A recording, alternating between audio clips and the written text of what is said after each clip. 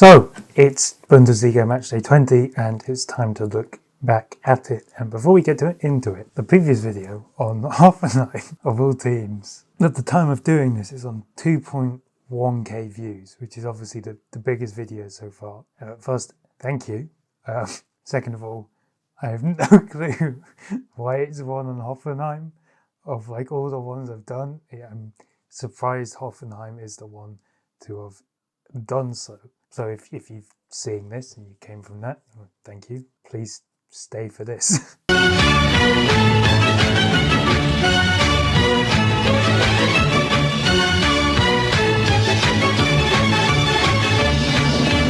So, I'll be honest, for most of these games, like the true boring games were boring.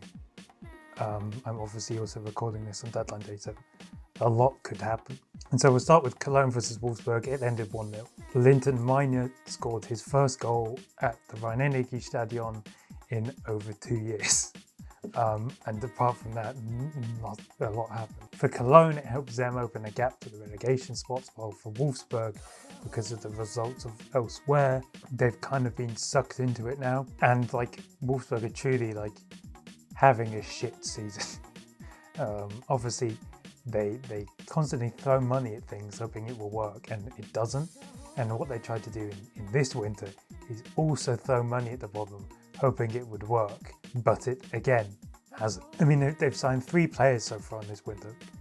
Well, 2. One was already on loan. Granted, Kento Shiogai has, against Cologne specifically, he was all right, but again they've tried to throw money at the thing. They tried to sign Rafael Onyedika from Club Brugge, that failed. They tried to sign a centre-back from Genk, that also failed. And so basically they're just kind of going off the rails, or off the roads, considering they're Wolfsburg owned by Volkswagen. Wolfsburg may be a former Bundesliga winner, but like you can just laugh at them because of the amount of money they spend and the lack of return they get. You know, it just kind of shows you that you could have all this money in the world and you can be backed by this automobile giant and you can still be rubbish. Speaking of rubbish, Lucas Krasniok has, if we were to do a menswear ranking of managers in the first division, Krasniok would be last, genuinely, up there with one of the worst dress senses in the league, ranging from wearing the shirt on the sideline, which obviously you can't do in the winter, to the Christmas jumper. So yeah, again, there's not really a lot about this game, so we'll move on quite quickly. Frankfurt again conceded 3, so nothing changes as they lost 3-1 to Bayer Leverkusen. Artur opened the scoring and Malik Tillman made it 2-0. He's actually begun to find his feet now. He scored a brace in midweek and he's obviously scored here as well. And obviously had a bit of a slow start to life with Leverkusen, but now he's found his feet again after injuries and stuff, and he is showing now that he is a good addition to the squad. Robin Cox scored to potentially suggest that Frankfurt could get back into the game, and then right at the end of it, Alex Garcia made it 3-1. The main talking points surrounding Frankfurt is, okay, they've basically conceded 3 goals in every single Bundesliga game they've played, and the big news of last week was the fact that Albert Riera has been announced as a new head coach. In fact, he starts today. Now, Riera has a lot of work to do. Mainly, he has to get this team remembering how to defend, because 18 goals in your first 6 games or whatever it is not good enough by far. But obviously, what's interesting is Riera is a bit of like an outsider. For the names that were bandied around, the signing of Riera is a surprising one, especially because he came from Slovenia. He's a bit of a psycho as well, apparently. Like, he's quite an intense person. I'm of the age to obviously know him as a player for Liverpool, but yeah, he's apparently quite intense and a bit of a psycho, and his football is said to be quite attacking and high pressing, which could backfire with this Frankfurt team, especially with how they've been playing. But yeah, I think it will be Riera's first game is against Union Berlin on Friday, and I think it will be a must-watch type of thing to see, first of all, how Frankfurt will play, because he's got a good couple of days now to instill his style, and also if he's just any good and how he reacts as a head coach. Because obviously this is completely different to what he did in Slovenia, and he was also previously manager of Bordeaux, where he is said to have basically just picked a fight with every single opponent manager, opposition manager. So we could be approaching cinema levels in Frankfurt. We also, obviously, we saw Bremen sack their head coach as well. So they drew 1-1 with Gladbach, and this resulted in Horst Steffen being sacked. Obviously, this is funny because Bremen were the team that cost Gerardo Seoane his job right at the beginning of the season. And Bremen have also cost the job of a bunch of other head coaches too, including Tottenham. But what's surprising is Bremen were the better team in this game. Granted, they were pretty wasteful in front of goal, but that's kind of what you get when you're not playing with a proper striker. But they were comfortably the better team against Gladbach, which just kind of shows that Gladbach are continuing to regress. They saw more of the ball, they had a lot more chances in front of goal, but it just wasn't going their way. Tabakovic made it 1-0, and then they needed a late KK Top equaliser to make it 1-1. Bremen are flirting with relegation. You know, they haven't won a game since November, and they've basically been sliding backwards ever since. But like, you hire a head coach who's known to develop young players, and so you're meant to give them time. And if you're not giving them time, which is what Bremen have done here, then what you're going to do, then you're just going to go back to square one, where you're going to have to hire a manager who rescues you from relegation, but because of this, they don't play young players. Obviously, the slightly quite ironic thing about this is because Bremen's squad is so young now, and like they've just thrown everything away, like all the more established players, whoever does come in will have to use these young players to try and help you get out of the relegation zone. Obviously, there's talk of Bo Svensson, Bo Henriksen. Obviously, Felix Magath said he's available. But what Bremen has shown is the potential is there for them to do well. They're just, at the moment, unable to take advantage of that. And like, again, as I said, it doesn't help. You are just using these young players. And then again, it doesn't help that you have injuries to players like Mitchell Weiser, Amos Piper, Niklas Stark, people who would help bring experience to this young team. It would give an experienced core to the young team. But yeah, so they fired their head coach. They're now, granted, actually, before Top scored the winner, they were actually in the relegation zone, like in 16th. But after Top scored, they managed to climb into 15th. But they're only 1 point clear of Mainz. And Mainz beat Leipzig 2-1. They've only lost once now since Urs Fischer took charge. They're out of the bottom two for the first time since I think it's Matchday 5, and they came from behind in this game as well. So Leipzig took the lead through Konrad Harder. Then just before half time, Mainz won a penalty, which Nadim Amiri scored. And then just after half time, Silas scored his first goal for the club. But this also means for Leipzig is they've now dropped out of the Champions League places, because since returning from the new year, they've really had up and down form.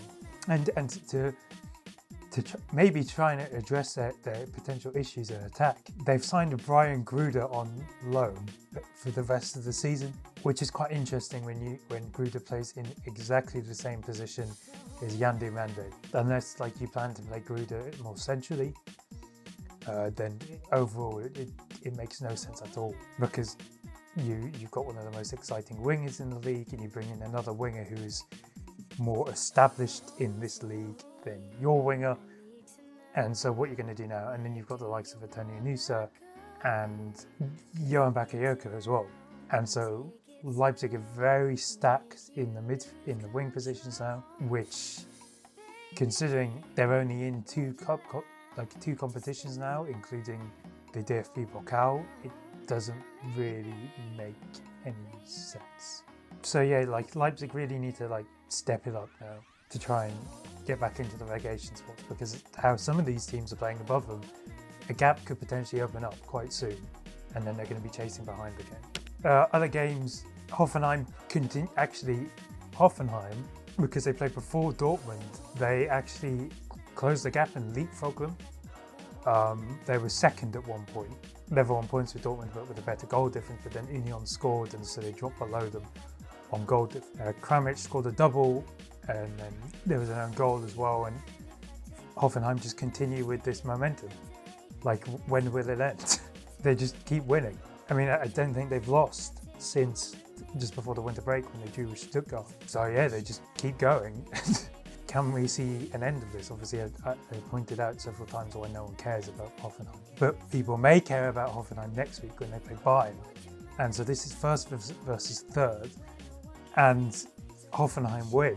They close the gap on Bayern to 6 points. And then it could potentially open the door for Dortmund as well, depending on what Dortmund do before them. And so that game will be the real litmus test for how good is this Hoffenheim team. They played each other right at the beginning of the season and Bayern thrashed them in Sinsheim. But now they're doing this in Munich. So right into the Lions' den. You know, this will show whether Hoffenheim are actual pretenders or contenders. Then the other game was on Saturday was Augsburg versus St. Pauli. It finished 2-1 to Augsburg. Augsburg have now given themselves a sort of buffer to the relegation zones. Mikhail Gregorich scored a double, and those were his first goals since his return to the club in the summer. Well, St. Pauli, they're in trouble. They're 4 points away from 16th now, and they've won once between the middle of September and now. It just keeps getting worse and worse, and you can't really think, okay, you can be committed to Alexander Blessin, but like at the end of the day, you're in free fall now, and there's you're struggling to really show that you can stay up. It's interesting, and the fact that they've stuck with Blessin for so long, even though it would make sense just to fire him and get someone in who could save you from relegation and reevaluate your position in the summer, doesn't look like it's going to happen. And if they do fire Blessin, it'd probably be in March for the international break, but by then it'd be too late. The last game on Saturday, obviously Hamburg versus Bayern, in the context of the Bundesliga, obviously two very big teams, and it was a very fun game. And well, Hamburg drew 2-2 with Bayern. And they really took the game to Bayern as well. It wasn't just a case of sitting back and defending for your life. Granted, they did have to do that at times, but they really went for it. They took the lead through a Fabio Vieira penalty, and then Harry Kane scored just before half-time, and then you're thinking, okay, here we go. And that feeling kind of ramped up again when Luis Diaz scored literally just after half-time. But then Luka Vuskovic, obviously the man of the hour at Hamburg, steps up, scores a header, makes it 2-2, and then there were times in the second half where Hamburg really looked like the team that were more likely to score the winner, which should tell you everything you need to know. And then there were also times where Hamburg had to sit back and defend for their lives, and they were able to do it. There has been a lot of talk about the ref and some of his decision making, a lot of Bayern fans complaining, Bayern players and managers and staff complaining as well. But I think at the end of the day, of all the teams that shouldn't be complaining is Bayern, because there are plenty of other times when Bayern are against a smaller team or whatever, and there's smaller teams defending for their lives, and Bayern get a penalty, and you're thinking, of course, this is how it ends. Whether that penalty is completely justified or not, that's a different story. So I do think it's very rich for this sort of complaining to come from Bayern. Especially when you're against a newly promoted side and you have the luxury to sub on Luis Diaz and Jamal Musiala, and you still struggle to score. But what that does mean is now Bayern have not won in 2 games. This is obviously not a crisis moment, but it is it's creaked open the door for Dortmund, which we'll get to. And Bayern have looked leggy at times, and now you're thinking, okay, potentially fatigue is catching up with them in terms of the Club World Cup, maybe. But you having players who didn't participate in the Club World Cup and players return like Jamal Musiala and Davies because they were injured, and then Musiala did participate in the Club World Cup but doesn't have the minutes in his legs because he's still returning from injury. Luis Diaz wasn't at the Club World Cup, and they've started to look a bit leggy. And they've obviously shown now that they're not exactly invincible. They are not invincible in the, not only are they not invincible in terms of they haven't lost a game, but they're all like, there is a weakness in this Bayern armour. And we're approaching the season now where like things really ramp up. What helps Bayern though is when they play Dortmund in a couple of weeks' time, like Dortmund have to play in the Champions League at the same time, whereas they don't, which could play into their hands when you reach there. But in terms of the rest of the season, this could be something to monitor. Could fatigue be catching up with Bayern? Obviously, the same thing can still happen to Dortmund as well, opening the door for a Hoffenheim title win. My God. But things are getting interesting now, and I think it'll be interesting to see where this develops. Sunday, Stuttgart drew 1-0, or beat Freiburg 1-0. It was a boring game. There's not really a lot to say about this. Ermedin Demirovic scored the winner, and he seemingly, Demirovic is a former Freiburg player, and he seemingly runs to the Freiburg bench just to shit talk all of them after he scored. And that means Stuttgart are in fourth now. They have a 3-point lead over Leipzig and are doing quite well. And I think they're only 3 points behind Hoffenheim. And so I think people can focus on like Dortmund and Hoffenheim for the teams like potentially chasing Bayern, but we've seen what Stuttgart can do. I mean, on 23-24, when they finished second, they were on the radar for like European spots, but they were under the radar for finishing second. And if they continue to allow the likes of Dortmund and Hoffenheim to take the spotlight, there's obviously a world where Stuttgart come in and come out of nowhere really and could steal something. Then the final game, obviously Dortmund against Heidenheim. Dortmund against last place Heidenheim. Obviously the pressure's on. Can Dortmund close the gap on Bayern? They've got the perfect opportunity, and it's nearly classic Dortmund. So they took the lead just before half-time from Waldemar Anton. But then Heidenheim scored just before half-time as well. So they're going 1-1, and then just after half-time, Heidenheim score again. And then you're thinking, oh, okay, this is the Dortmund I know. They have the chance to close the gap, and they fumbled it. But they get a bit of a lifeline with a penalty, which Ciro Guirassy scores. And Ciro Guirassy literally minutes later scores again, and you're thinking, okay, maybe Guirassy's back, and then he gets another penalty and skies it to show Guirassy shouldn't be on penalties. But Dortmund rode their luck here. They were very lucky to beat Heidenheim. Heidenheim will be unhappy with the fact that they lost this game. They definitely would have felt that they came away, or should have come away with the win, because they were significantly better than Dortmund. And again, this is a testament to the fact that Dortmund just kind of dropped down to the level of the team they're playing against, and that just makes it significantly more difficult for them. And that's what happened here. But they managed to see through it and close the gap now to 6 points. And now this obviously springs talk of, is a title, could a title race happen, as I said with the Bayern game. Again, Dortmund still need to hope Bayern drop points in at least 2 more games to make the gap we're talking about a title race now. And you need Dortmund not to trip up, but with the way they've been doing it and the way that they've been just scraping results, this isn't a case of the sort of cliche of these are the games that champions win. No, these are the games Dortmund are making more difficult for themselves and scraping through it out of their own problem. And it could come back to bite them eventually, and then it will backfire massively. And so on the table, Bayern obviously still first on 51, Dortmund at second on 45, and then Hoffenheim at third on 42, while Stuttgart are fourth on 39. Then you've got Leipzig and Leverkusen in 5th and 6th, and the bottom 3 is Mainz in 16th, St. Pauli in 17th, and Heidenheim in 18th. Then next weekend, as I said, it's Bayern versus Hoffenheim, which is the standout game. It's first versus third. Obviously, could this mean anything? Who knows? All the hyping up just reads it's going to be a 5-1 Bayern win. And then the other kind of biggest game is Borussia Mönchengladbach versus Leverkusen. But then you also have Wolfsburg versus Dortmund. And with this, if Dortmund win this, they will close the gap to 3 points, which will then put the pressure on Bayern in this Hoffenheim game. While obviously on the Friday night, it's Union versus Frankfurt, which is Albert Riera's first game in charge. And there's also the return of the Pokal. We're at the quarterfinals now, and it's the weird one where it's done on 2 separate weeks. Tomorrow is, on Tuesday, it's Leverkusen versus St. Pauli, and then on Wednesday it's Holstein Kiel versus Stuttgart. So let me know what you think.